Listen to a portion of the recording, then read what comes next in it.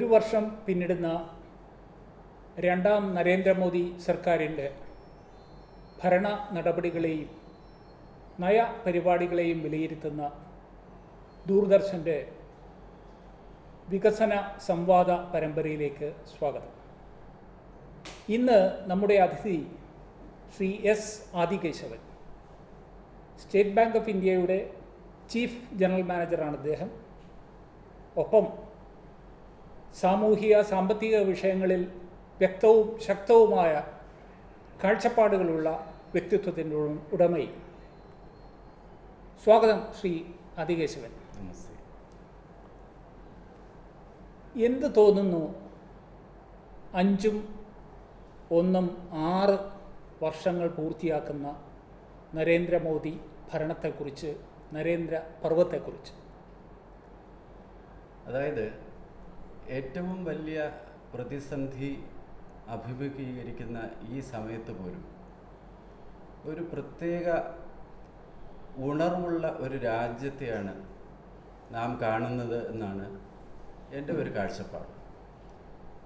ലോകം കണ്ടിട്ടുള്ള പ്രശ്നങ്ങളിൽ ഏറ്റവും ഗുരുതരമായ സാമ്പത്തിക പ്രശ്നം ഉരുത്തിരിഞ്ഞു വരുന്ന ഈ അവസരത്തിൽ ധാരാളം പ്രശ്നങ്ങൾ എല്ലാ മേഖലകളിലും നാം അഭിമുഖീകരിക്കുന്നു.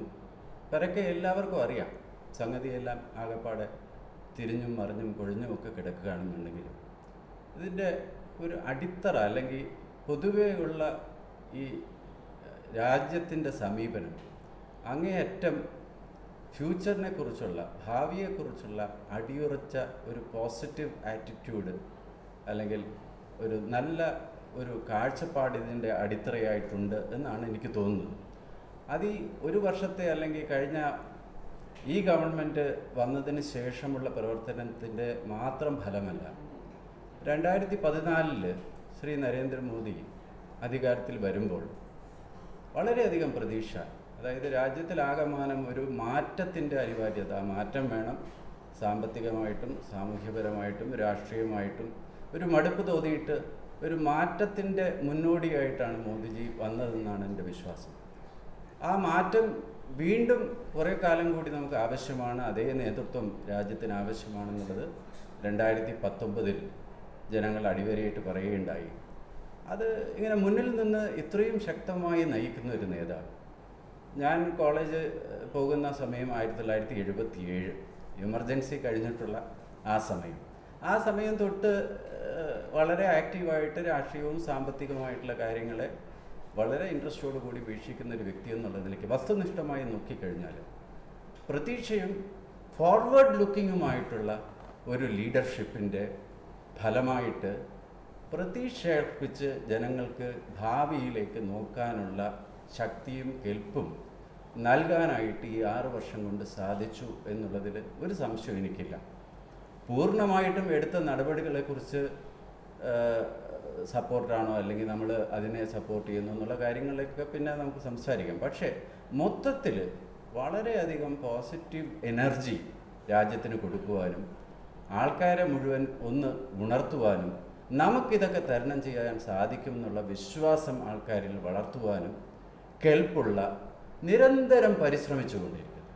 എനിക്ക് നരേന്ദ്രമോദിജിയെ ഒരു വ്യക്തിയെക്കുറിച്ച് നമ്മൾ നോക്കുമ്പോൾ, ബാങ്കിൽ ജോലി ചെയ്യുന്ന ഒരു ചീഫ് ജനറൽ മാനേജർ, 85 മുതൽ നമ്മളൊരു സ്ഥാപനത്തിൽ ജോലി ചെയ്യുന്നു.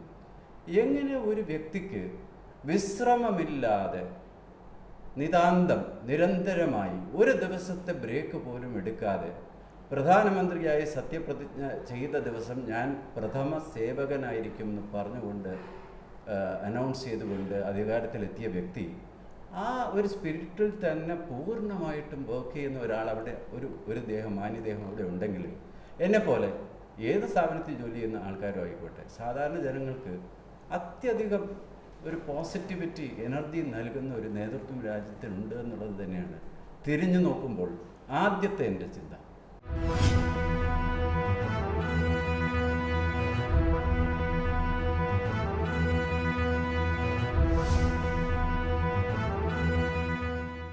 പോസിറ്റീവായ ഒരു ഔട്ട്ലുക്ക് അല്ലെ കാഴ്ചപ്പാട്, ഒപ്പം ഉണർവിൻ്റെ ഒരു അന്തരീക്ഷം രാഷ്ട്രത്തിലാകെ. ഇത് തീർച്ചയായിട്ടും നമ്മുടെ പ്രധാനമന്ത്രിയുടെ നേതൃത്വത്തിൻ്റെ മികവ് തന്നെയാണ് എന്ന് അംഗീകരിക്കുമ്പോൾ തന്നെ ഇത് സാധാരണക്കാരൻ്റെ തലത്തിലേക്ക്, നാം ഈ ആം ആദ്മി എന്നൊക്കെ വിശേഷിപ്പിക്കപ്പെടുന്ന ശരാശരി പൗരനിലേക്ക് എത്തിക്കാൻ നരേന്ദ്രമോദിയുടെ ഭരണകൂടത്തിന് എത്രത്തോളം സാധിച്ചു. ഒരു ഉദാഹരണം ചൂണ്ടിക്കാണിക്കുകയാണെങ്കിൽ, അങ്ങ് സൂചിപ്പിച്ചതുപോലെ ഏറ്റവും മോശമായ ഒരു കാലാവസ്ഥയാണ് നാം അഭിമുഖീകരിക്കുന്നത് കോവിഡിൻ്റെ പശ്ചാത്തലത്തിൽ. ഇന്ന് ഏറ്റവും കൂടുതൽ ചർച്ച ചെയ്യപ്പെടുന്നത് ഈ സ്റ്റിമുലസ് പാക്കേജാണ്, സാമ്പത്തിക ഉത്തേജക പാക്കേജ്. വളരെയേറെ അഭിനന്ദനങ്ങളും അതിലേറെ വിമർശനങ്ങളും പിടിച്ചു പറ്റിയ ഒന്നാണ് ഈ പ്രഖ്യാപനങ്ങളുടെ ഒരു പരമ്പര.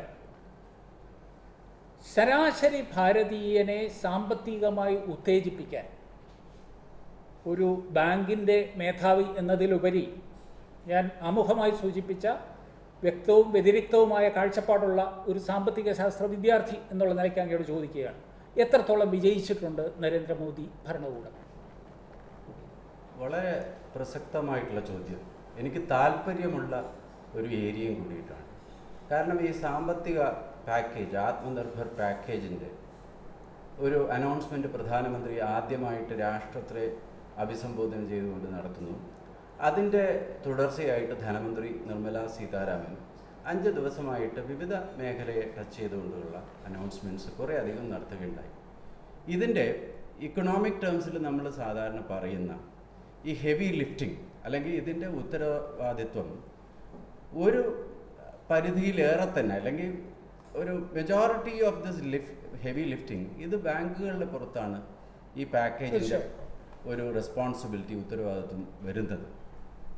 അതിൽ ഈ പാക്കേജിനെ നമ്മൾ വിലയിരുത്തുമ്പോൾ ഇന്ന് നാം സംസാരിക്കുന്ന ഈ ദിവസം തിരിഞ്ഞു നോക്കുകയാണെന്നുണ്ടെങ്കിൽ ഏറ്റവും വലിയ ഒരു കമ്പണൻറ്റ് 3 ലക്ഷം കോടിയുടെ ഒരു credit support, emergency guaranteed credit limit, പൂർണ്ണമായിട്ടും മുതലും പലിശയും കേന്ദ്ര ഗവൺമെൻറ് ഗ്യാരണ്ടി ചെയ്യുന്ന 3 ലക്ഷം കോടിയുടെ വായ്പാ സഹായം ചെറുകിട സൂക്ഷ്മ ഇടത്തരം വ്യവസായങ്ങൾക്ക് പ്രഖ്യാപിച്ച് 3-ാമത്തെയോ 4-ാമത്തെയോ ദിവസം തന്നെ ക്യാബിനറ്റ് കൂടി ഇതിനുള്ള അനുമതി നൽകി.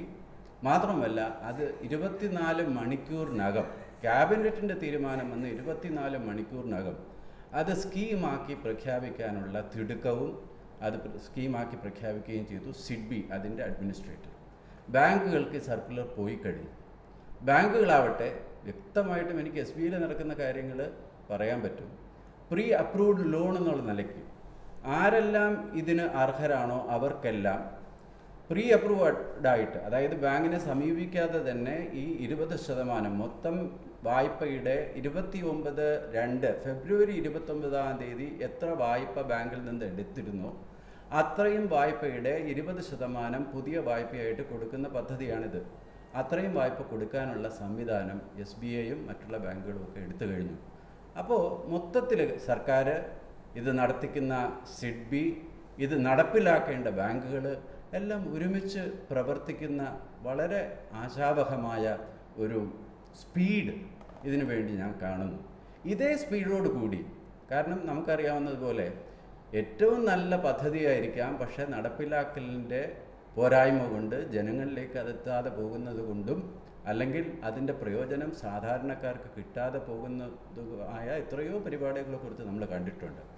ഈ ഒരു well begun is half done എന്നൊക്കെ പറയും പോലെ നല്ല തുടക്കം പകുതി വിജയമാണെന്നുണ്ടെങ്കിൽ ഈ 3 ലക്ഷം കോടി MSMEക്ക് വേണ്ടിയിട്ടുള്ള സഹായത്തിൻ്റെ ആ ഒരു സ്പീഡ് ഈ പാക്കേജ് ഇംപ്ലിമെൻറ്റേഷൻ്റെ നടപ്പിലാക്കലിൻ്റെ ഒരു പോയിൻ്ററായിട്ട് നമുക്ക് കണക്കാക്കാമെന്നുണ്ടെങ്കിൽ ധാരാളം പോസിറ്റീവായിട്ടുള്ള ചേഞ്ചസ്, ധാരാളം ഒരു ഉത്തേജനം, ഉദ്ദേശിച്ച ഫലം ഈ പാക്കേജിൽ നിന്നും ഉണ്ടാവും എന്നാണ് ഞാൻ പ്രതീക്ഷിക്കുന്നത്. പക്ഷേ കഠിന പ്രയത്നം വേണ്ടിവരും.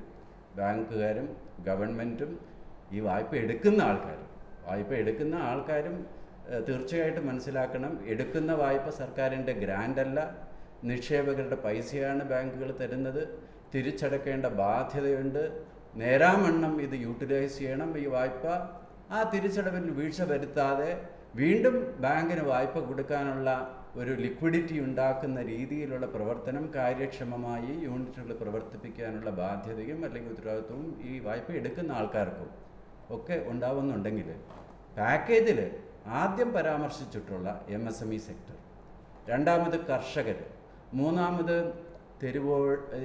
തെരുവോരത്ത് കച്ചവടക്കാർ, മൈഗ്രൻ്റ് ലേബറേഴ്സിന് വേണ്ടിയിട്ടുള്ള, അങ്ങനെ നാം സാധാരണ വിവക്ഷിക്കുന്ന ഇക്കണോമിക് ഏജൻസിനെല്ലാം കോർപ്പറേറ്റുകളുടെ കാര്യം എൻ്റെ ഒരു കാഴ്ചപ്പാടിൽ വന്നിട്ടുള്ളത് ശരിക്കും ഈ കോൾ മൈൻസും സ്വകാര്യ privatisation of coal mines, mineral deposits, civil aviation opening അപ്പും ഡിഫൻസും അതൊക്കെ പ്രത്യേക അനൗൺസ്മെൻറ്റ്സ് ആണ്. ഇമ്മീഡിയറ്റ് ടേമിൽ ഒരു മാറ്റം അതിലൊന്നും കൊണ്ടുവരാൻ പറ്റുമെന്ന് എനിക്ക് തോന്നുന്നുമില്ല. അതുകൊണ്ട് അത് പ്രത്യേക ചർച്ചയുടെ വിഷയമാണ്. ബാക്കിയുള്ള എല്ലാം ടച്ച് ചെയ്യുന്നത് താങ്കൾ നേരത്തെ പറഞ്ഞ ഈ സാധാരണക്കാരനെ തന്നെ ഉദ്ദേശിച്ചിട്ടുള്ള നടപടികളാണ്. അതുകൊണ്ടാണ് ഞാൻ പറയുന്നത് ഇതേ സ്പീഡിൽ ഇത് ബാക്കിയുള്ള കാര്യങ്ങൾ പൂർത്തീകരിക്കുകയും എഫിഷ്യൻസി ഇൻ എക്സിക്യൂഷൻ ഉണ്ടാവുകയും ഇതെടുക്കുന്ന ആൾക്കാർ നാമെല്ലാം ഒന്നാണ് എന്നുള്ള തോന്നലോടുകൂടി ഇതിനെ പ്രയോജനപ്പെടുത്തുകയും ചെയ്യുകയാണെങ്കിൽ ഈ സാമ്പത്തിക പാക്കേജ് തീർച്ചയായിട്ടും വിജയം കാണും, സംശയം വേണ്ട. ഈ സാമ്പത്തിക പാക്കേജ് വിശകലനം ചെയ്യുമ്പോൾ ഒരു വിഭാഗം സാമ്പത്തിക ശാസ്ത്രജ്ഞന്മാരും സാമ്പത്തിക നിരീക്ഷകരും ഒപ്പം പ്രധാനമായിട്ട് പ്രതിപക്ഷ രാഷ്ട്രീയ നേതാക്കളും ആരോപിക്കുന്നത് ഇതിൽ സർക്കാരിൻ്റെ സ്റ്റേക്സ്, സർക്കാരിൻ്റെ മുതൽ മുടക്ക്, നേരിട്ടുള്ള മുതൽ മുടക്ക് വളരെ തുച്ഛമാണ് എന്ന് പറയുന്നു. അത് ഊതി വീർപ്പിച്ച ഒരു സംഖ്യയാണ് ജനങ്ങളുടെ മുമ്പിൽ അവതരിപ്പിച്ചിരിക്കുന്നത് എന്നുള്ള ആരോപണമാണ്. അതിന് വ്യക്തമായൊരു മറുപടി ധനകാര്യമന്ത്രിയിൽ നിന്ന് പോലും ഇതുവരെ ഉണ്ടായിട്ടില്ല. ഇത് എങ്ങനെ വീക്ഷിക്കുന്നു? ഈ 3 ലക്ഷം കോടിയുടെ പാക്കേജ് തന്നെ എടുത്താൽ ഇതിൻ്റെ പുറകിലുള്ള സ്ട്രാറ്റജി എന്താണ്? 3 ലക്ഷം കോടി ബാങ്കുകളാണ് കൊടുക്കുന്നത്. ഞാൻ നേരത്തെ പറഞ്ഞ പ്രസക്തമായിട്ടുള്ള ഒരു കാര്യം, ഇതിൻ്റെ മുതലും പലിശയും ഗ്യാരണ്ടി ചെയ്യുന്നത് ആരാണ്? സർക്കാരാണ്. Therefore, I would say ഇത് ആക്ച്വലി സർക്കാരിൻ്റെ ഗ്യാരണ്ടിയോടുകൂടി പിൻബലത്തോടുകൂടി പണം MSME യൂണിറ്റ്സിലേക്ക് എത്തുന്നു. എന്താണ് ഇതിന് എഗൻസ്റ്റ് ആയിട്ടുള്ള ക്രിറ്റിസിസം വരാവുന്നത്? നേരിട്ട് ഇത്രയും പണം വേണമെങ്കിൽ സർക്കാരിന് കൊടുക്കാമായിരുന്നില്ലേ? എന്തിനാണ് ബാങ്ക് വഴി കൊടുക്കുന്നത്? നേരിട്ട് കൊടുത്തിരുന്നുവെങ്കിൽ എന്താണ് വ്യത്യാസം? MSME യൂണിറ്റ്സിനെ സംബന്ധിച്ചിടത്തോളം 3 ലക്ഷം കോടിയുടെ പണലഭ്യത കൂടുന്നു, പണം കിട്ടുന്നു. ഇപ്പോൾ സ്വീകരിച്ചിരിക്കുന്ന മാർഗം ബാങ്കുകൾ വഴി ഇത് കൊടുക്കുന്നു, സർക്കാരിൻ്റെ ഗ്യാരണ്ടിയോടുകൂടി. രണ്ടും തമ്മിലൊരു വ്യത്യാസം ഞാൻ കാണുന്നേ ഇല്ല. കാരണം ഇപ്പോൾ ചെയ്തിരിക്കുന്നത് ബാങ്ക്സ് ഒരു പ്രോക്സി ആയിട്ട് നിന്നുകൊണ്ട് സർക്കാരിൻ്റെ പിൻബലത്തോടു കൂടി ഇത്രയും പണം ചെറുകിട സൂക്ഷ്മ ഇടത്തരം മേഖലയിലേക്ക് എത്തിക്കുന്നു. ഇനി ഇതുവരെ നടപ്പാക്കിയ അന്താരാഷ്ട്ര തലത്തിലുള്ള കൊറോണ ഫൈറ്റിംഗ് ഈ ഫിനാൻഷ്യൽ പാക്കേജസ് നോക്കിക്കഴിഞ്ഞാൽ UK ശരിക്കും ഇതിന് സമാനമായ corona business interruption loan scheme CBILS UK government, നാം വിവക്ഷിക്കുന്ന മുതലാളിത്ത രാഷ്ട്രമാണല്ലോ, ഇവരെല്ലാം മറ്റുള്ള ഈ ക്രിട്ടിക്സ് എല്ലാം പറഞ്ഞത് UK അത് ചെയ്തു, US അത് ചെയ്തു. ശരിക്കും ചെയ്തിട്ടുള്ളത് തന്നെയാണ്. സർക്കാർ ഗ്യാരണ്ടി കൊടുക്കുന്നു. ഏതൊക്കെ ധനകാര്യ സ്ഥാപനം അതിൽ ജോയിൻ ചെയ്യാൻ തയ്യാറാണോ അവർ കൊടുക്കുന്ന വായ്പയ്ക്ക് ഗ്യാരണ്ടി സർക്കാർ ചെയ്യുന്നു. വായ്പ അല്ലെങ്കിൽ പണലഭ്യത ഉറപ്പാക്കുന്നത് ബാങ്കുകൾ തന്നെയാണ്. അപ്പോൾ എൻ്റെ കാഴ്ചപ്പാടിൽ നേരെ മറിച്ച് ഈ പണം സർക്കാരിൻ്റെ ഖജനാവിൽ നിന്നാണ് പോയിരുന്നതെങ്കിൽ ഫിസ്ക്കൽ ഡെഫിസിറ്റിൻ്റെ ഇഷ്യൂസും അന്താരാഷ്ട്ര റേറ്റിംഗ് ഏജൻസീസിൻ്റെ, നമുക്ക് അത് എത്രത്തോളം ഇഷ്ടമല്ലെങ്കിൽ പോലും, ഞാൻ ഈ അന്താരാഷ്ട്ര റേറ്റിംഗ് ഏജൻസീസിൻ്റെ ആരാധകനല്ല. അവർക്ക് ധാരാളം തെറ്റുകൾ 2008 ക്രൈസിസ് സമയത്ത് അവർ AAA എന്ന് റേറ്റ് ചെയ്ത മോർഗേജ് സെക്യൂരിറ്റീസ് ആണ് ആദ്യമായിട്ട് പൊളിഞ്ഞു പോയത്. അതുകൊണ്ട് മാത്രമല്ല സ്ഥാപിത താല്പര്യങ്ങളും ഉണ്ട്. സ്റ്റാൻഡേർഡ് ആൻഡ് പുവറും ഈ മോഡീസിനെ ഒട്ടും ആരാധിക്കുന്ന വ്യക്തിയല്ല. പക്ഷേ റിയാലിറ്റി ഈസ് ദാറ്റ് ഇവരുടെ റേറ്റിങ്ങിന് കാതലായ ഒരു റിലവൻസും കാതലായ ഒരു ഇമ്പോർട്ടൻസും അന്താരാഷ്ട്ര തലത്തിലുണ്ട് എന്നുള്ളത് വസ്തുതയാണ്. നമുക്കൊന്നും ചെയ്യാൻ പറ്റില്ല അതിനെക്കുറിച്ച്. അതിനും ഞാൻ നരേന്ദ്രമോദിയിൽ കാണുന്ന ഒരു വ്യത്യസ്തത, ഇതിനു മുമ്പ് ഒരു സർക്കാരും ചിന്തിക്കാത്ത രീതിയിലുള്ള ഒരു ഏഷ്യൻ റേറ്റിംഗ് ഏജൻസിയുടെ ഐഡിയ നരേന്ദ്രമോദി ഓർക്കുന്നുണ്ടാവോ? ഹരിജി, ഗോവയിലെ ബ്രിക്സ് സമ്മേളനം നടന്നപ്പോൾ ചൈനയും ഇന്ത്യയും കൈകോർത്തുകൊണ്ട് ഒരു Asian rating agency, credit rating ഏജൻസിയുടെ ഐഡിയ നരേന്ദ്രമോദി സർക്കാർ മൂട്ടിയുണ്ടായി.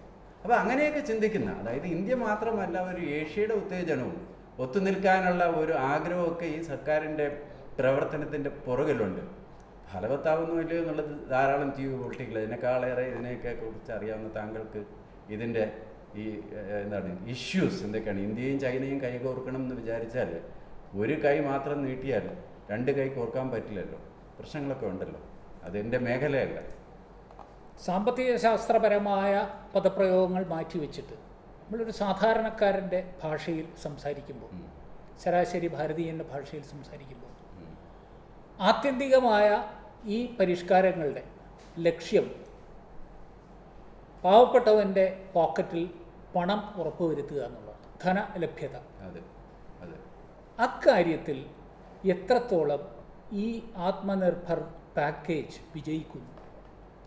ആത്മനിർഭർ പാക്കേജ് തിരിഞ്ഞു നോക്കുമ്പോൾ ഇത് അനൗൺസ് ചെയ്ത ഉടൻ തന്നെ അങ്ങനെ അപ്പടി ഇതെല്ലാം പോസിറ്റീവായിട്ട് കാണാൻ വേണ്ടി ശ്രമിക്കുന്ന ഒരാളോ അങ്ങനെ ശ്രമിച്ച ഒരാളോ അല്ല.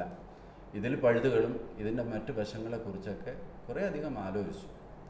എന്നിട്ട് നമ്മൾ അതായത് അവസാനം ഒരു കണക്ക് എന്തൊക്കെ സർക്കാരിന് ചെയ്യാമായിരുന്നു, ഓൾട്ടർനേറ്റീവായിട്ട് എന്തൊക്കെ നടപടികൾ എടുക്കാമായിരുന്നു, ഇതൊക്കെ നോക്കി കൂട്ടിയും കിഴിച്ചുമൊക്കെ നോക്കുമ്പോൾ എൻ്റെ ഒരു പരിമിതമായ കണക്കുകൂട്ടലിൽ ഈ സർക്കംസ്റ്റൻസസിൽ സാധാരണക്കാർക്ക് പ്രയോജനമുണ്ടാവുകയും അതേസമയം സർക്കാരിന് വലിയ ഒരു ബാധ്യത വരാതിരിക്കുകയും ബാലൻസ് തെറ്റിപ്പോകാതെ, സമ്പദ്ഘടനയുടെ ബാലൻസ് തെറ്റിപ്പോകാത്ത രീതിയിൽ മുന്നോട്ട് പോകാൻ ഉതകുകയും ചെയ്യുന്ന ഒരു പാക്കേജാണിത്. രണ്ടാമത്തെ താങ്കൾ ചോദിച്ച പ്രസക്തമായിട്ടുള്ള കാര്യം, സാധാരണക്കാരൻ്റെ കയ്യിൽ കാശെത്തുക. ഈ PM ഗരീബ് കല്യാൺ യോജന കഴിഞ്ഞ വർഷം നരേന്ദ്രമോദി സർക്കാർ തുടങ്ങിയ ഒരു സ്കീമായിരുന്നു PM കിസാൻ. അതായത് കർഷകരുടെ അക്കൗണ്ടിലേക്ക് ഡയറക്റ്റായിട്ട് പൈസ ട്രാൻസ്ഫർ ചെയ്യുക. 6000 രൂപ വീതം വാർഷിക തോതിൽ പൈസ ട്രാൻസ്ഫർ ചെയ്യാനായിട്ടുള്ള തീരുമാനമെടുത്തു. അതിൻ്റെ ആദ്യ ഗഡുവായ 2000 രൂപ ഈ വർഷം അഡ്വാൻസ് ചെയ്ത് ഏപ്രിൽ 7-8 തീയതികൾക്കകം തന്നെ ഏകദേശം 10,000 കോടിയാണെന്ന് തോന്നുന്നില്ല, ഓർമ്മ ശരിയാണെങ്കിൽ. എന്തായാലും 9 കോടി അല്ലെങ്കിൽ 8.5 കോടി കർഷകർക്ക് ആ പൈസ കിട്ടിക്കഴിഞ്ഞു അക്കൗണ്ടിൽ. ഇത് ഡയറക്റ്റ് ട്രാൻസ്ഫറാണ്. 1.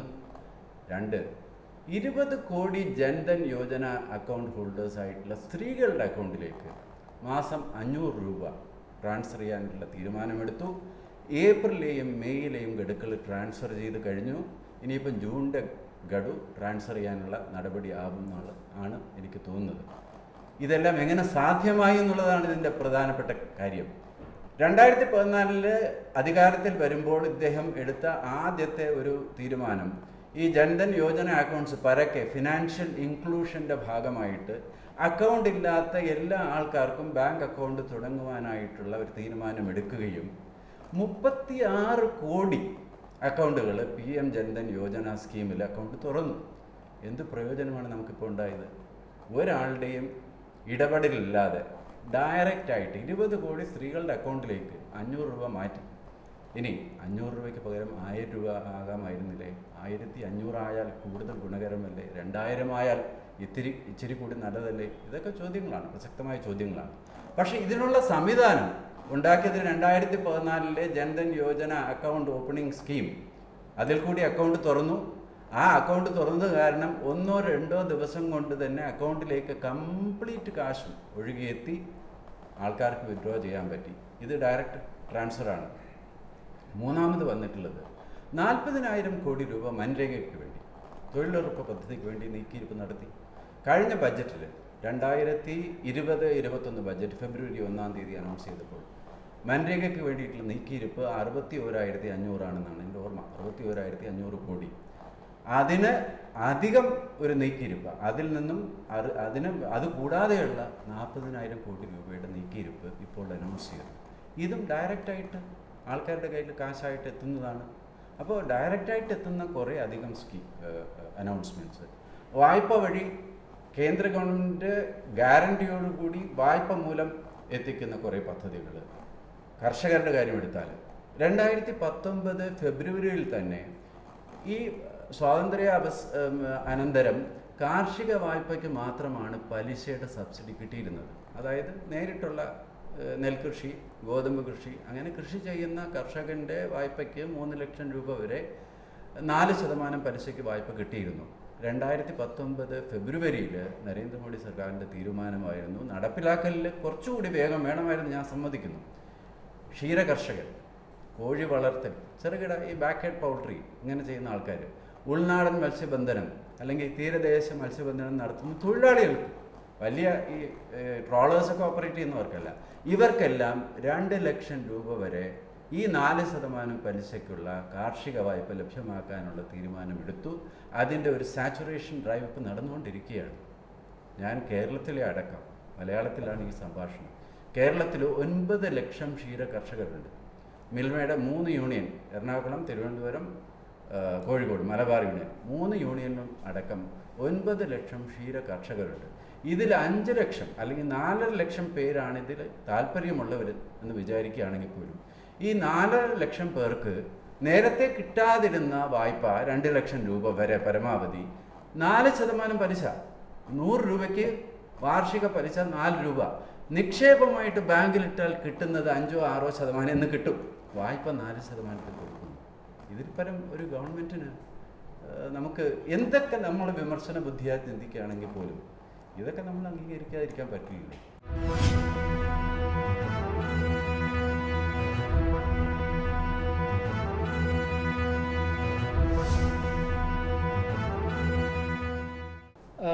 അങ്ങ് സൂചിപ്പിച്ചതുപോലെ ബാങ്കിങ് മേഖല അല്ലെങ്കിൽ ബാങ്കുകളാണ്, പ്രത്യേകിച്ചും ദേശസാൽകൃത ബാങ്കുകളാണ് ഈ മഹായുദ്ധത്തിനെതിരെ, മഹാമാരിക്കെതിരെയുള്ള മഹായുദ്ധത്തിൻ്റെ പ്രധാന സാമ്പത്തിക ദൗത്യം ഏറ്റെടുത്തിരിക്കുന്നത് അല്ലെങ്കിൽ ഏൽപ്പിച്ചിരിക്കുന്നത്.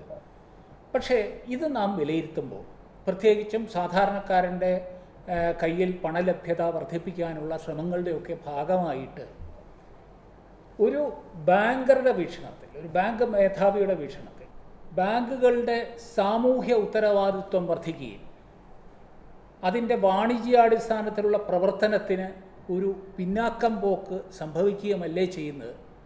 കുറച്ചുകൂടെ വ്യക്തമായി പറഞ്ഞാൽ, social banking is given priority again. ഒരു നെഹ്റുവിയൻ കാഴ്ചപ്പാടിനോടൊക്കെ കോൺഗ്രസ് സർക്കാർ പോലും വിട പറഞ്ഞിട്ട് കാലമേറയിലെ ആയി.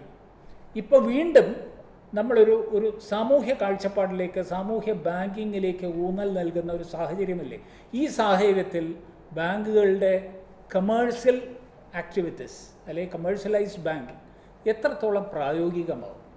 താങ്കൾ ചോദിച്ചത് എനിക്ക് വളരെയധികം സന്തോഷമുണ്ട്. കാരണം പൊതുവേ ഉള്ള ഒരു ധാരണ, ബാങ്കിൽ പ്രവർത്തിക്കുന്ന ആൾക്കാരടക്കം പൊതുവെയുള്ള ധാരണ, ഈ കർഷകന് വായ്പ കൊടുക്കുക, ചെറുകിട കച്ചവടക്കാർക്ക് വായ്പ കൊടുക്കുക, മുദ്രാ ലോൺ, ഇതൊക്കെ കൊടുത്തു കഴിഞ്ഞാൽ ഇതൊക്കെ എഴുതി തള്ളേണ്ട ഒരു സ്ഥിതിയിലേക്കാകും നമ്മൾ എത്തുക എന്നുള്ളതാണ് പൊതുവെ. പ്രത്യേകിച്ചും അങ്ങ് ഓർക്കുന്നുണ്ടാവും, പണ്ട് ഒരുപക്ഷെ അന്ന് അങ്ങ് വിദ്യാർത്ഥിയായിരുന്നു, ജനാർദ്ദനൻ പൂജാരിയുടെ ലോൺ മേള എന്ന് പറയുന്ന ഒരു വലിയ പ്രക്രിയ അല്ലെങ്കിൽ ഒരു പ്രഹസനം.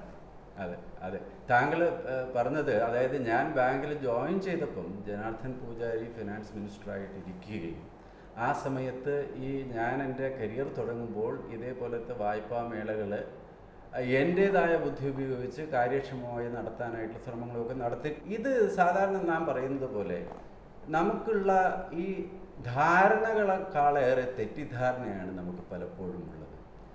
എൻ്റെ അനുഭവത്തിൽ ഈ credit morality of the small person, വായ്പ എടുത്താൽ തിരിച്ചടയ്ക്കണം എന്നുള്ള ഒരു ബോധം അല്ലെങ്കിൽ ഒരു തോന്നൽ ഈ സാധാരണ ഒരു 5 ലക്ഷം 10 ലക്ഷം ഒക്കെ എടുക്കുന്ന ആളുകൾക്കാണ് കൂടുതൽ. 1000 കോടി എടുക്കുന്ന ഒരു വ്യക്തിക്കോ ഒരു കോർപ്പറേറ്റിനോ അത്ര ഉയർന്ന ഒരു ക്രെഡിറ്റ് മൊറാലിറ്റി ഇല്ലെന്ന് തന്നെ ഞാൻ അടിയുറച്ച് പറയും.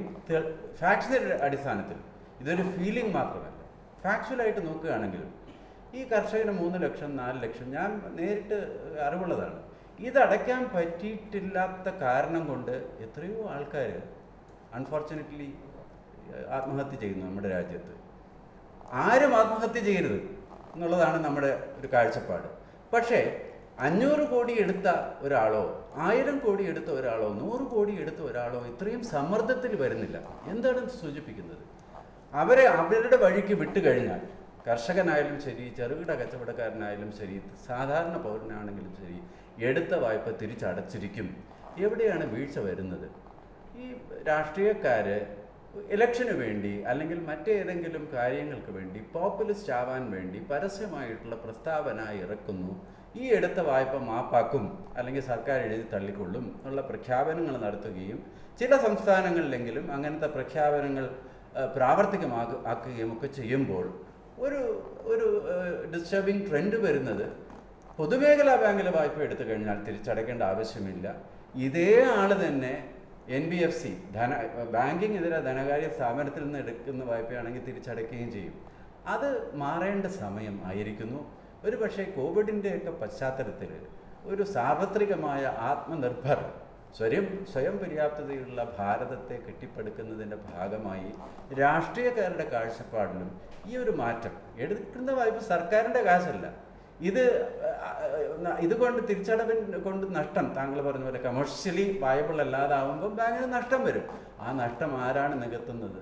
വീണ്ടും ഈ വായ്പ എടുത്ത ആൾക്കാർ ഉൾപ്പെടെയുള്ള സാധാരണക്കാരുടെ നികുതി പണം കൊണ്ടാണ് ഈ വായ്പയുടെ നഷ്ടം നികത്തുന്നത്. അപ്പോൾ ഇതിൻ്റെ ഭാരം വീണ്ടും ഈ ചുമക്കാൻ പോകുന്നത് സാധാരണക്കാരായ നികുതിദായകരും സാധാരണക്കാരും തന്നെയാണ്. ആ പ്രിൻസിപ്പിള് നേതൃത്വം മനസ്സിലാക്കുമ്പോൾ നേതൃത്വം ശരിക്കും നയിക്കുകയാണ് വേണ്ടത്, അല്ലാതെ നയിക്കപ്പെടരുത്. ആൾക്കാരുടെ പോപ്പുലിസ്റ്റ് ആയിട്ടുള്ള കാര്യങ്ങൾ ചെയ്യാനല്ലല്ലോ നേതാക്കൾ നേർവഴിക്ക് ജനത്തിനെ നയിക്കുക, രാജ്യത്തോടുള്ള കൂറും കടപ്പാടും മുൻനിർത്തിക്കൊണ്ട് നല്ല തീരുമാനങ്ങൾ എടുത്ത് ജനങ്ങളോട് ആ തീരുമാനങ്ങൾ നിങ്ങളുടെ നന്മയ്ക്കാണെന്ന് പറയാനും പറഞ്ഞു മനസ്സിലാക്കുവാനും കെൽപ്പുള്ള നേതൃത്വമാണ് നമുക്ക് വേണ്ടത്.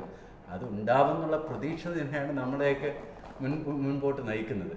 ആ ഒരു നേതൃത്വ പാഠവും ഞാൻ കൂടുതലായിട്ട് നരേന്ദ്രമോദിജിയിൽ കാണുന്നു എന്ന് പറയുന്നതിൽ ഒരു സങ്കോചവും എനിക്ക്. ചുരുക്കി പറഞ്ഞാൽ അങ്ങ് നിർദ്ദേശിക്കുന്നത് ബാങ്കിങ് ഫിലോസഫി, ബാങ്കിങ്ങിൻ്റെ തത്വശാസ്ത്രത്തിൽ ഒരു പാരഡൈം ഷിഫ്റ്റ്, ഒരു വിചാരതന്ത്രത്തിൽ ഒരു വ്യതിയാനം ആണ് നരേന്ദ്രമോദി സർക്കാർ കൊണ്ടുവരുന്നത് എന്ന് നിഗമനത്തിൽ എത്താം. അതിൽ ഞാൻ നേരത്തെ പറയാത്ത ഒരു കാര്യം കൂടി പറയുമ്പോൾ, ഈ ഇൻസോൾവൻസി ഒരു റൂൾ കൊണ്ടുവന്നു, IBC, insolvency and bankruptcy code. ഇന്ത്യയിൽ ആദ്യമായിട്ടാണ് ബാങ്കിൽ നിന്നും വൻകിട വായ്പ എടുത്തിട്ട് തിരിച്ചടയ്ക്കാൻ പറ്റിയില്ലെങ്കിൽ സമയബന്ധിതമായ രീതിയിൽ അതിനുള്ള ഒരു സൊല്യൂഷൻ, പരിഹാരം കണ്ടെത്തിയിരിക്കണം എന്നുള്ള ഉദ്ദേശത്തോടു കൂടി കൊണ്ടുവന്ന IBC കോഡ് നരേന്ദ്രമോദി സർക്കാരാണ് കൊണ്ടുവന്നത്. ഒരുപക്ഷെ നമ്മൾ ഈ ലെഫ്റ്റിസ്റ്റ് എന്ന് പറയാവുന്ന ഏറ്റവും ലെഫ്റ്റിസ്റ്റായിട്ടുള്ള തീരുമാനമാണത്. അതിൽ നിന്ന് സംഭവിച്ചത് എന്താണ്? വേറെ ഒരു നിബന്ധനയുമില്ലാതെ, എനിക്ക് തോന്നുന്നത് 2500 കോടിയിൽ പരമാണെന്ന് തോന്നുന്നു, 2500 കോടിയിൽ അധികം വായ്പ ഔട്ട്സ്റ്റാൻഡിംഗ് ഉള്ള ഒരു 12 കമ്പനികളുടെ ലിസ്റ്റ് ഉണ്ടാക്കി. അതിൻ്റെ ഓണർ ആരാണെന്നോ പ്രൊമോട്ടർ ആരാണെന്നോ അംബാനിയാണോ അദാനിയാണോ അല്ലെങ്കിൽ വേറെ ഏതെങ്കിലും ഈ പ്രൊമോട്ടറാണോ എന്ന് നോക്കാതെ 2500 കോടിയിലധികം വായ്പ എടുത്തിട്ട് കിട്ടാക്കടമായിട്ടുണ്ടെങ്കിൽ അത് IBCയുടെ അടിസ്ഥാനത്തിൽ 270 ദിവസത്തിനകം അത് റിസോൾവ് ചെയ്ത് അല്ലെങ്കിൽ അത് ആ കമ്പനി മാനേജ്മെൻറ്റ് മാറ്റുക എന്നുള്ള തീരുമാനം കൊണ്ടുവന്നത് ഈ സർക്കാരാണ്. അപ്പോൾ ഒരു പാരഡൈം ഷിഫ്റ്റ് അവിടെയും നടന്നു. ഞാൻ നേരത്തെ പറഞ്ഞ പാരഡൈം ഷിഫ്റ്റ് സമൂഹത്തിൽ മൊത്തത്തിലൊരു മനസ്സിലാക്കാൻ വേണ്ടി പറഞ്ഞതാണ്. സാധാരണക്കാർക്ക് വായ്പ കൊടുത്ത് ആ വായ്പയിൽ വേറെ ഒരു ഇടപെടൽ ഇല്ലെങ്കിൽ സാധാരണക്കാരൻ തിരിച്ചടയ്ക്കുമെന്ന് തന്നെയാണ് ഞാൻ വിശ്വസിക്കുന്നത്. ഇതിൻ്റെ ഉദാഹരണം ബംഗ്ലാദേശിലെ മുഹമ്മദ് യൂനുസ്, ഗ്രാമീൺ ബാങ്കിൻ്റെ ഉപജ്ഞാതാവായ മുഹമ്മദ് യൂനുസ്, നൊബേൽ പ്രൈസ് കിട്ടിയ ആളാണ്. അദ്ദേഹത്തിൻ്റെ വായ്പ മുഴുവനും ഏറ്റവും താഴെക്കിടയിലുള്ള ആൾക്കാർക്ക് ടാക്ക, ബംഗ്ലാദേശ് കറൻസിയിൽ വളരെ ചെറിയ തുക കൊടുത്തിട്ട് 99% തിരിച്ചടവ് അവിടെയുണ്ട്. ഇവിടെയും അതേ തിരിച്ചടവ് ഉണ്ടാവുന്നുണ്ട്. നമ്മുടെ സംസ്ഥാനത്തിലെ കുടുംബശ്രീ എടുത്തു നോക്കൂ. കുടുംബശ്രീയുടെ തിരിച്ചടവ് സാധാരണപ്പെട്ട സ്ത്രീകൾ, അഭിമാനമുണ്ട് നമുക്ക്, സംസ്ഥാന ഗവൺമെൻറ് ഇൻവോൾവ് ആണ്, അഭിമാനത്തോടു കൂടി പറയാം. സാധാരണ നമ്മുടെ സഹോദരിമാർ 20,000 30,000 ഒക്കെ എടുത്തു കഴിഞ്ഞാൽ കൃത്യം എന്നോട് ചില ആൾക്കാർ പറയും 25-ാം തീയതി സാറേ, 25-ാം തീയതി എന്നുള്ള തീയതി ഞായറാഴ്ച അല്ലെങ്കിൽ ഞാൻ തിരിച്ചടച്ചിരിക്കും, ഞായറാഴ്ച അടയ്ക്കാൻ പറ്റാത്ത ബാങ്ക് അവധിയുണ്ട്. ഈ ഒരു തോന്നൽ, ബോധം, ധാർമ്മികമായിട്ടുള്ള കടമെടുത്താൽ വീട്ടിൽ നിന്നുള്ള ബോധം, അതിനെ നമ്മൾ മുറിക്കാതിരിക്കുക. ആ ബോധത്തിനെ രാഷ്ട്രീയ ഇടപെടൽ കൊണ്ട് തകർക്കരുത്. കാരണം രാജ്യത്തിൻ്റെ നന്മയ്ക്കത് നല്ലതല്ല. രാജ്യം മുന്നേറണമെന്നുണ്ടെങ്കിൽ കടമെടുത്തിട്ടുണ്ടെങ്കിൽ വായ്പ തിരിച്ചടച്ചിരിക്കണം. അതിൽ നീക്കുപോക്കുകളും പുനഃക്രമീകരണവും അതൊക്കെ വേറെ വിഷയം.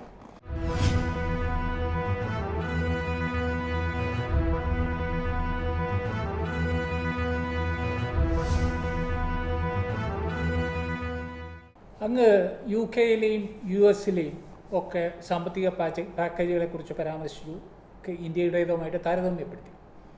ഈ കോവിഡ് അനന്തര ഭാരതം അല്ലെ ഭാരതത്തിൻ്റെ സമ്പദ്ഘടന, ഈ ആഗോള സമ്പദ്ഘടനയിൽ കോവിഡ് ഏൽപ്പിക്കാവുന്ന ആഘാതവുമായി താരതമ്യം ചെയ്യാൻ സാധിക്കുമോ? വികസിത രാഷ്ട്രങ്ങൾ എന്ന് നാം വിശേഷിപ്പിക്കുന്ന രാഷ്ട്രങ്ങളുടെ, ചൈന ഉൾപ്പെടെ ഉള്ള രാഷ്ട്രങ്ങളുടെ സമ്പദ്ഘടനയുമായി താരതമ്യം ചെയ്യുമ്പോൾ കോവിഡാനന്തര ഭാരതത്തിൻ്റെ സാമ്പത്തിക സ്ഥിതി എന്തായിരിക്കും? അതിനെക്കുറിച്ച് അങ്ങക്ക് ശുഭാപ്തി വിശ്വാസമാണോ? നേരത്തെ പറഞ്ഞതുപോലെ ഒരു പ്രത്യാശയുടെ സാധ്യത അവിടെ കാണുന്നുണ്ട്? നമ്മൾ വൈകാരികമായിട്ടുള്ള ഒരു പ്രത്യാശയല്ല, ഫണ്ടമെൻ്റൽസിൻ്റെ അടിസ്ഥാനത്തിൽ. ഇപ്പോൾ 1991 റിഫോംസ് വന്നു. അതിൻ്റെ പശ്ചാത്തലമൊക്കെ നമുക്കറിയാം. അന്ന് ഫോറിൻ എക്സ്ചേഞ്ച് റിസർവ്സ് 2 ആഴ്ചത്തെ ഇമ്പോർട്ട്സ് പോലും കവർ ചെയ്യാനുള്ള ഫോറിൻ എക്സ്ചേഞ്ച് റിസർവ്സ് നമുക്ക് ഉണ്ടായിരുന്നില്ല. ഇന്ന് 450-460 ബില്യൺ, ഒരു $500 ട്രില്യൺ, 500 ബില്യൺ അടുപ്പിച്ചുള്ള ഫോറിൻ എക്സ്ചേഞ്ച് റിസർവ്സ് നമുക്കുണ്ട്. വലിയ ഒരു ശക്തിയാണത്. കാരണം ഈ ഫിസിക്കൽ കെയ്നീഷ്യൻ പ്രിൻസിപ്പിൾസ് അല്ലെങ്കിൽ പണം സമ്പദ്ഘടനയിലേക്ക് ഇറക്കിക്കൊണ്ട് ധാരാളം കടം സർക്കാർ എടുക്കുന്നു, പണ ലഭ്യത കൂട്ടുന്നു എന്നൊക്കെ പറയുമ്പോൾ അതിൽ നിന്നുള്ള ഒരു ഫോളോ ഔട്ട് ഈ പണപ്പെരുപ്പം മാത്രമല്ല, നമ്മുടെ Indian rupee can also come under attack. Foreign എക്സ്ചേഞ്ചിൻ്റെ ഒരു ആസ്പെക്റ്റും കൂടിയിട്ടുണ്ട്. അതിനെക്കുറിച്ച് ബേജാറാവേണ്ട ഒരു അവസ്ഥയിലുള്ള നമ്മൾ. കാരണം ഫോറിൻ എക്സ്ചേഞ്ച് റിസർവ് സ്ട്രോങ് ആയിട്ടുണ്ട്, 1. 2, മൊത്തം ആഭ്യന്തര കടത്തിൻ്റെ തോത് മറ്റ് പല ഈ ഡെവലപ്പിംഗ് കൺട്രീസുമായിട്ട് ആപേക്ഷികമായിട്ട് നോക്കുമ്പോൾ അത്രയധികം വഷളാകാത്ത ഒരു, അത്രയധികം ബേജാറാവേണ്ട അല്ലെങ്കിൽ ആശങ്കയ്ക്കിട നൽകാത്ത ഒരു ഫിഗറാണ് നമുക്കുള്ളത്. നമുക്ക് തിരിച്ചു വീട്ടാൻ പറ്റുന്ന കടമാണ് നമുക്ക് കടമായിട്ടുള്ളത്. വേറൊരു വശം, ഇറ്റലി, പോർച്ചുഗൽ ഒക്കെ ഫിനാൻഷ്യൽ ക്രൈസിസ് ഫേസ് ചെയ്തു, അർജൻറ്റീന അടക്കം. ഇവരും നമ്മളും തമ്മിലുള്ള വ്യത്യാസം എന്താണ്? സർക്കാരിൻ്റെ കടം, അവിടുത്തെ സർക്കാരിൻ്റെ കടം സിംഹഭാഗവും പുറത്തുള്ള ആൾക്കാരുടെ കയ്യിൽ നിന്ന് മേടിച്ച കടമായിരുന്നു. ഇന്ത്യൻ ഗവൺമെൻറ് വളരെ ബുദ്ധിപൂർവ്വം നമ്മുടെ പൊതുക്കടം, സർക്കാരിൻ്റെ കടം ആന്തരികമായ ആഭ്യന്തര കടം തന്നെയാണ്. പുറത്തുള്ള ആൾക്കാരുടെ കടം പരിമിതപ്പെടുത്തിക്കൊണ്ടാണ് നമ്മൾ കടമെടുത്തിരിക്കുന്നത്. അപ്പം പുറത്തുനിന്നുള്ള ഒരാൾ പെട്ടെന്ന് ഈ കടം എനിക്ക് തിരിച്ചു വേണമെന്ന് പറയാനുള്ള ഒരു സാധ്യതയുമില്ല. അഥവാ പറഞ്ഞാലും എത്ര തോതാണോ നമ്മൾ നിശ്ചയിച്ചിട്ടുള്ളത് ആ തോത് തിരിച്ചു കൊടുക്കാനുള്ള കെൽപ്പ് നമ്മുടെ ഗവൺമെൻറ്റിനുണ്ട്. ഇത് രണ്ടാമത്തെ ഫണ്ടമെൻ്റൽ ട്രെൻഡ്. മൂന്നാമത്തത് കറണ്ട് അക്കൗണ്ട് ഡെഫിസിറ്റ്. ഇമ്പോർട്ട്സും നമ്മൾ ഇമ്പോർട്ട് ഡിപ്പെൻഡൻ്റ് ആണ്. ഇമ്പോർട്ട്സും എക്സ്പോർട്ട്സും തമ്മിലുള്ള ഒരു താരതമ്യം ചെയ്യുമ്പോൾ നമ്മൾ പരമ്പരാഗതമായിട്ട് പ്രധാനമായിട്ടും പെട്രോളിയം നമ്മൾ ഇമ്പോർട്ട് ചെയ്യുന്നു. അങ്ങനെ നോക്കുമ്പോൾ പുറത്തേക്ക് നമ്മൾ കൊടുക്കേണ്ട കാശ് നമുക്ക് എക്സ്പോർട്ട് ചെയ്ത് കയറ്റുമതി ചെയ്ത് കിട്ടുന്ന കാശിനേക്കാളും കൂടിയിരിക്കുന്നു. അല്ലെങ്കിൽ ഈ ഇൻഫ്ലോസ് ആൻഡ് റെമിറ്റൻസ് അതിൻ്റെയൊക്കെ മൊത്തം കണക്കാണല്ലോ കറണ്ട് അക്കൗണ്ട് ഡെഫിസിറ്റ് എന്ന് പറയുന്നത്. ഈ കറണ്ട് അക്കൗണ്ട് ഡെഫിസിറ്റ് ഒരു 2% നിന്ന് കഴിഞ്ഞാൽ ആ രാജ്യം പൊതുവെ ഒരു ഭദ്രമായ സാമ്പത്തിക സ്ഥിതിയിലാണെന്നാണ് സാമ്പത്തിക ശാസ്ത്രം കാണുന്നത്. ഇന്ന് അത് 2% താഴെയാണ് നിൽക്കുന്നത്. പിന്നെ ഡെമോഗ്രാഫിക് ഡിവിഡൻറ്റ്, അത് ഒരിക്കലും നാം മറന്നുകൂടാ. കോവിഡ്, ഞാൻ പബ്ലിക് ഹെൽത്ത് പ്രൊഫഷണല്ല, കോവിഡ് അടക്കം എനിക്ക് തോന്നുന്നത് ഇപ്പോൾ Italy, France, Germany, UK, US അടക്കം കുറച്ചധികം വയസ്സായ ആൾക്കാരുള്ളത് കൊണ്ടും കൂടി ആയിരിക്കാം അങ്ങനത്തെ കമൻട്രീസ് പബ്ലിക് ഹെൽത്ത് പ്രൊഫഷണൽസ് കൂടി നടത്തിക്കഴിഞ്ഞു. നമ്മുടെ ഏറ്റവും വലിയ ശക്തി യുവാക്കളുടെ ഭാരതമാണ് ഇന്ന് ഇന്ത്യയിൽ. റിലേറ്റീവ്ലി ഈ ആവറേജ് ഏജ് ഏറ്റവും കുറവുള്ള ഒരു രാജ്യമാണ് ഇന്ത്യ. അതുകൊണ്ട് ഈ രാജ്യത്തിന് മൊത്തത്തിൽ ഇതിനെ മറികടക്കാനുള്ള റിലേറ്റീവ് സ്ട്രെങ്ത് കൂടുതലാണെന്ന് വിശ്വസിക്കുകയും അതിനോടൊപ്പം തന്നെ വേറെ ഒരു പോയിന്റ് കൂടി ഞാൻ പറയാം. ഈ നമ്മുടെ കോവിഡിൻ്റെ ഇമ്പാക്റ്റ് മനസ്സിലാക്കുമ്പോൾ പ്രധാനമായിട്ടും ഈ കോവിഡ് ലൈഫ്സിനെ എഫക്റ്റ് ചെയ്തിട്ടുള്ളത്, അതായത് ഈ ഡിസീസായിട്ട് പ്രത്യക്ഷപ്പെട്ടിട്ടുള്ളത് ഭാഗ്യവശാൽ ദൈവാനുഗ്രഹം എന്ന് ഞാൻ പറയും, ദൈവവിശ്വാസിയായതുകൊണ്ട്, ഇത് അർബൻ ഏരിയാസിനെയാണ്. റൂറൽ ഏരിയാസിൽ ലൈഫ്സിനെ എഫക്റ്റ് ചെയ്തിട്ടില്ല. ഗ്രാമങ്ങളിലെ ആൾക്കാർക്ക് കോവിഡ് ഇതുവരെ അങ്ങനെ പടർന്ന് പിടിക്കാതിരിക്കട്ടെ എഫക്റ്റ് ചെയ്തിട്ടില്ല. ലൈവ്ലിഹുഡ്സിനെ എഫക്റ്റ് ചെയ്തിട്ടുണ്ട്. മഹാരാഷ്ട്രയുടെ കാര്യം എടുത്താൽ മുംബൈയിലാണ് ഏറ്റവും വലിയ പ്രശ്നം, ഗുജറാത്തിൽ അഹമ്മദാബാദ്, വെസ്റ്റ് ബംഗാളിൽ കൽക്കട്ട. ഇതൊരു അർബൻ ലൈഫ്സിനെ അർബൻ ഏരിയാസിലും ഗ്രാമീണ മേഖലയിലെ ലൈവ്ലിഹുഡ്സിനെ എഫക്റ്റ് ചെയ്തുകൊണ്ട് അതിനെ കാര്യക്ഷമമായിട്ട് കുറച്ചുകൂടി ഒന്ന് കൺട്രോളിലൊക്കെ വരുത്താൻ സാധിക്കട്ടെ. സാധിച്ചാൽ ഈ നമ്മൾ ഉദ്ദേശിക്കുന്ന ഈ സെഞ്ചുറി ഇന്ത്യയുടെ സെഞ്ചുറി ആവും, അല്ലെങ്കിൽ ഏഷ്യയുടെ സെഞ്ചുറി ആവും എന്നുള്ള ഒരു ഭയങ്കര വിശ്വാസം, ഒരു പ്രത്യാശ, ഒരു ധൈര്യം, അങ്ങനെയുള്ള നേതൃത്വമാണ്, അങ്ങനെയുള്ള ജനങ്ങളാണ് ഈ രാജ്യത്തിൽ. ഇത് ഒരാളുടെ ഒരു വ്യക്തിയുടെ പ്രഭാവമൊന്നുമല്ല. ഇന്ത്യ ഇതിനേക്കാളും വലിയ പ്രശ്നങ്ങളൊക്കെ എത്രയോ സംവത്സരങ്ങളായിട്ട് 100-1000 വർഷങ്ങളായിട്ട് ഇതിങ്ങനെ തുടർച്ചയായിട്ട് ഇതൊക്കെ കണ്ടും ഇതിനെയൊക്കെ ഓവർകം ചെയ്തൊക്കെ വന്നതല്ലേ നമ്മൾ. അങ്ങനത്തെ പാരമ്പര്യമുള്ള ഒരു രാജ്യം എന്നുള്ള നിലയ്ക്ക് കൂടി ഞാൻ പറയുകയാണ്, ഇതിനെയൊക്കെ തരണം ചെയ്യാൻ പറ്റും തന്നെയാണ് അടിയുറച്ചതിൻ്റെ വിശ്വാസം.